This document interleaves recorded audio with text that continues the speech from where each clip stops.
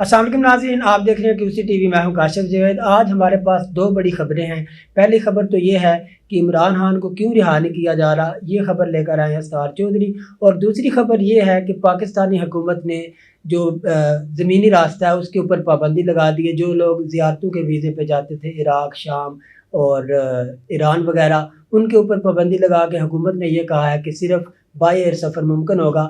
اس سب سلسلے میں بات کریں گے اسرار چودھری صاحب کے ساتھ۔ السلام علیکم سر۔ وعلیکم السلام۔ اسرار صاحب یہ بتائیے گا، آپ ایک بڑی خبر لے کر آئے ہیں کہ عمران خان کو کیوں رہا نہیں کیا جا رہا، اس کے پیچھے کیا وجوہات ہیں، کیا خبر ہے؟ سر اس کے پیچھے بہت ساری وجوہات تھیں۔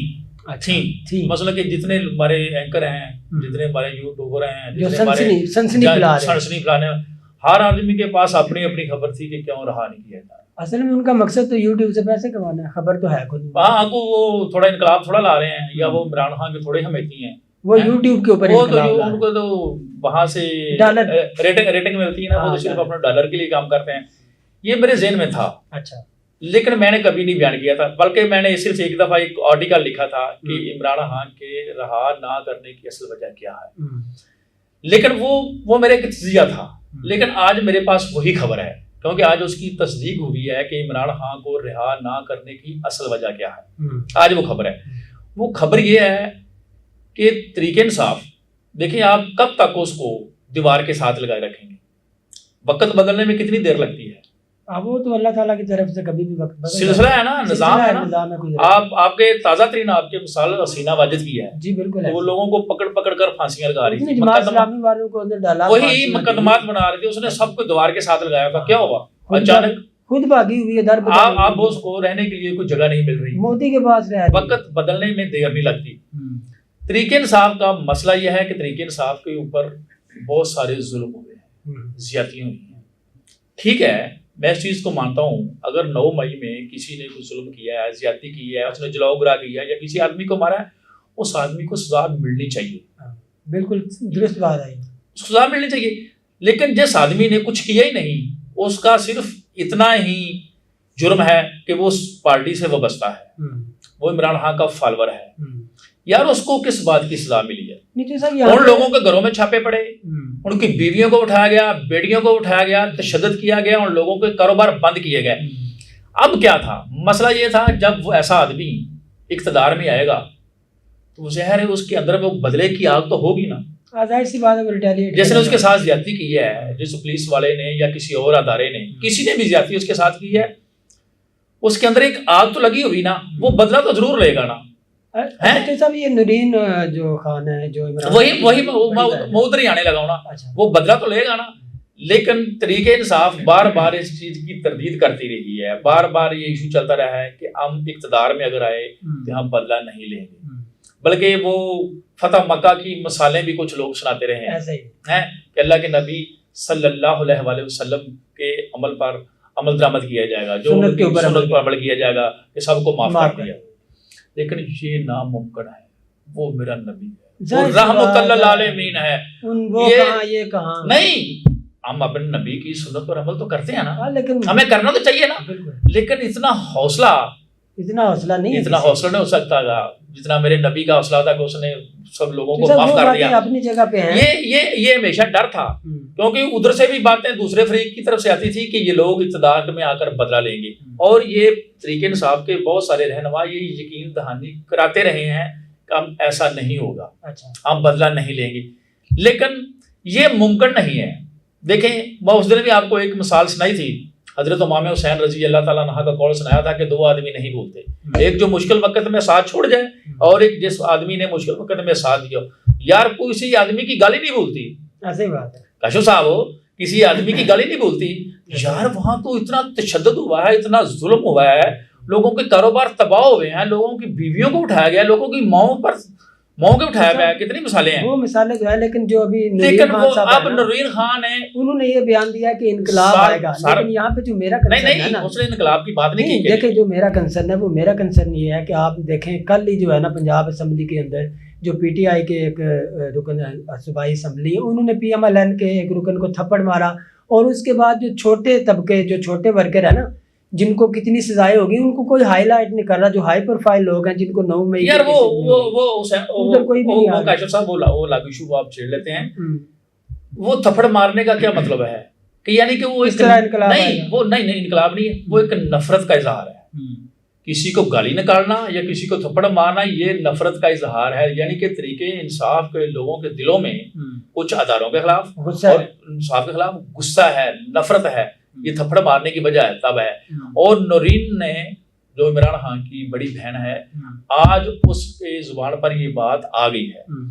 اس نے کہا کہ یہ لوگ جو ہم پر ظلم کر رہے ہیں، جو ادارے ہم پر ظلم کر رہے ہیں، جو فیصد ہم پر زیادتی کر رہے ہیں، اچھا ہم اقتدار میں آئیں گے، ہم آنے والے ہیں، انقلاب آ چکا ہے. مجھے نہیں ہم میں اس کی بات کر رہا ہوں یار، ضروری تو نہیں آپ کو نظر آئے، وہ ان کی بات کر رہا ہوں. اس کی زبانی ہے کہ ہم بدلہ لیں گے، انہیں سخت سزائیں دیں گے اور یہ سب لوگ اندر ہوں گے. آج اس نے کھل کر کہہ دیا ہے، یعنی کہ وہی بات جو میں نے لکھا تھا، جو میں سوچ رہا تھا کہ یہ ممکن نہیں کہ وہ سب کو معاف کر دیں، یہ بدلہ طریق چلے گی. پاکستان کی ساری تاریخ اٹھا کے دیکھ لیں، ایک پارٹی دوسری پارٹی کو جب اقتدار میں آتی ہے تو وہ پولیٹیکل وکٹمائزیشن. سر اگر طریقہ انصاف اقتدار میں آتی ہے نا تو یہ ایک طریق چلے گی، پارٹی کے اندر چلے گی، بدلہ تحریک. اچھا پارٹی کے اندر چلے گی کہ ان لوگوں سے بدلہ لیا جائے. مثلا یار میں جب اقتدار میں ہوں گا تو پھر میں تو دیکھوں گا کہ یار اس ایس ایچ او نے میری ماں کو گالیاں نکالی تھی، اس آدمی نے میری بیٹی کو گالیاں نکالی تھی، اور اس آدمی نے میرا گھر تباہ کیا تھا، اور اس آدمی نے میری فیکٹری بند کی تھی. یہ ممکن نہیں ہے کہ معافی ہو جائے. اگر عمران خان یہ سب لوگوں کو معاف نہیں کر سکتے، لوگ عمران خان کا گریبان پکڑیں گے. ہاں یار میں کہوں گا نا، دیکھیں نا آپ میرے دوست ہیں یا میں آپ کی پارٹی میں ہوں، جب میرے سے برا وقت آیا، مجھ پر لوگوں نے تشدد کیا، ظلم کیا، زیادتی کی، آپ جب اقتدار میں آئیں گے تو میں تو آپ کا گریبان پکڑوں گا. اس آدمی کے خلاف کچھ کریں. صاحب یہ تو وقت ہی بتائے گا وہ اقتدار میں آئیں گے یا نہیں آئیں گے. نہیں 29 جولائی ہوگی سر، 5 اگست وہ الگ بات ہے، 5-6 دن سر وہ الگ بات ہے کہ وہ آئیں گے نہیں آئیں. لیکن یہ آپ کو تو ماننا پڑے گا کہ پاکستان بھی ان کے فالوور کی اکثریت ہے، ان کا ووٹ بینک سب سے زیادہ ہے.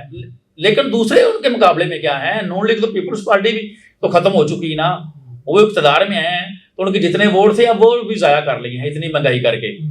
اور اس نے یہ بھی کہا ہے کہ وہ عمران خان کے بیٹوں کے بارے سوال ہوا کہ وہ آ رہے ہیں کہ نہیں آ رہے. اس نے کہا وہ سب سے پہلے آئیں گے تو وہ عمران خان سے ملاقات کریں گے. ابھی ملاقات وہ کنفرم ہو لے، اس حساب سے ان کا شیڈول بنے گا آنے کا، یہ اس نے کہا ہے. ہاں جو 5 اگست والی تاریخ ہے، ان کا A plan, B plan, C plan ہے. اچھا طریقہ انصاف کا اے پلان یہ ہے کہ ہمیں منار پاکستان پر جلسہ کرنے کی اجازت دی جائے. ابھی تک ملی نہیں ہے، وہ نہیں ملی. جو میرا مشورہ ہے، میری تجویز ہے، اس حکومت کو چاہیے کہ انہیں منار پاکستان پر جلسہ کرنے کی اجازت دے.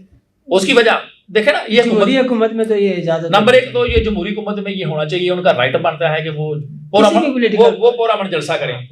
اگر یہ انہیں یہ اجازت دیں گے نا تو یہ بہت بہتر ہوگا. اس کی وجہ وہ ایک ہی جگہ جلسہ ہوگا نا، وہ لوگ جلسے پہ آئیں گے، شام کو چلے جائیں گے، بات ختم.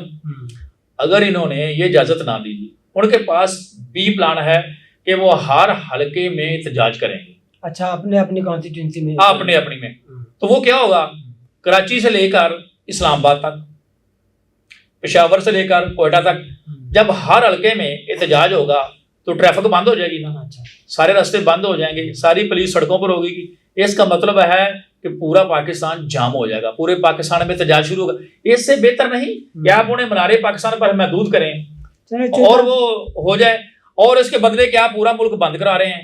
حکمت عملی تو یہ ہونی چاہیے نا، وہاں ایک دن آئے وہ لوگ چلے جائیں، اور یہ پورا ملک، یہ حکومت ہے، یہ نہلی ہے، اور یہ نہل لوگ ہیں، انہیں فیصلہ کرنے میں انہیں ہمت نہیں ہے، سوچ نہیں ہے. یہ پورا ملک بند کرائیں گے، یہ 5 اگست کو پورا ملک بند کو ضرور کرائیں گے. وہ تو 5 اگست کو جو ہے نا پتہ چلے گا کیا ہوگا یا نہیں ہوگا، کیونکہ ابھی تو ہم ڈرائنگ روم میں بیٹھ کے تجزیہ کر رہے ہیں. دوسرا جو یہاں پہ جو اہم خبر تھی وہ یہ تھا کہ اپنا حکومت نے پابندی لگا دی ہے زمینی راستے سے سفر کرنے پہ، تو اس کے اوپر آپ کیا کہیں گے؟ حکومت کی جو ریٹ ہے، حکومت کی جو کیپیبلٹی ہے اور جو ان کی ابیلٹی ہے، اس کے اوپر ایک کویسچن مارک ہے. نہیں یہ تو کاشف صاحب بات کی جا سکتی نا، کہ مثلا کہ ہمارے نا لاکھوں لوگ، بہت لوگ زمین کے راستے جاتے ہیں،